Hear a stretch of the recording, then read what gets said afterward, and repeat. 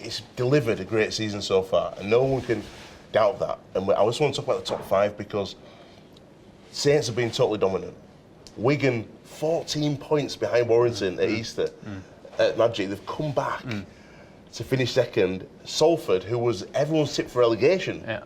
Ian Watson's earned himself a GB call with Wayne Bennett from his fantastic work. And I think there, for me, that's the story. If you say who's coach of the year, I'd say Ian Watson for what he's achieved with a limited budget, and now he's got the best out of Jackson Hastings on and off the pitch. Warrington have just fallen to bits, but they've won the Challenge Cup, so they can win in that big pressure against Saints. And then Castleford have kind of limped into the 5. Are you a Cass fan? How do you feel? Well, listen, I think you've just nailed it there, really, Alex, in terms of their story of the season, particularly around that top 5. I think in terms of Salford, probably a lot of people would have them down to finish 11th. So, for an eight position swing from 11th to 3rd, I think you're absolutely right. Shows the extent to which they've overperformed. Again, I think in the pundits' eyes, I know speaking to Salford, January, February this year, they were hugely ambitious about what they have. And of course, what they do have, is an amazing sort of stellar scrum half who I think has been outstanding.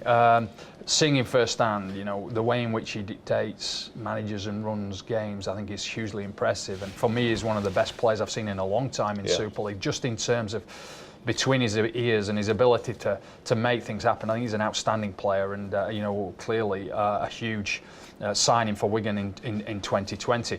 But I think the 5 is you're right. It's going to be really, really exciting. Saints have been absolutely, dominant, as you said, and they're going to be hard to beat. I think one thing I'd like to stress to all fans out there is that the grand final is the celebration for the sport. It is. We want people to come along, have a great night in Manchester, go for a few drinks, experience the fan zone, experience the corporate hospitality. It's a great sporting experience now, isn't it? It is, and I come back to that.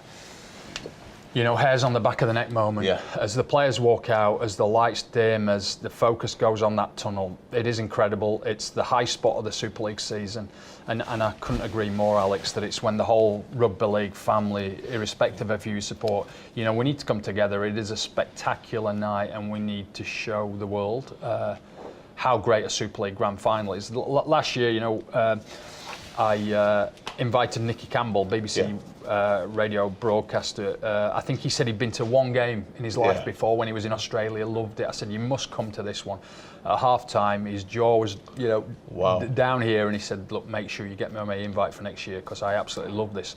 As I've said before, I got Barney Francis, who was the then boss of Sky Sports, with his 2 sons watching it, and you could just see them nudging one another during the game, like, did you just see that? So there is that. And it is, the absolute best of the best on that Saturday evening in October.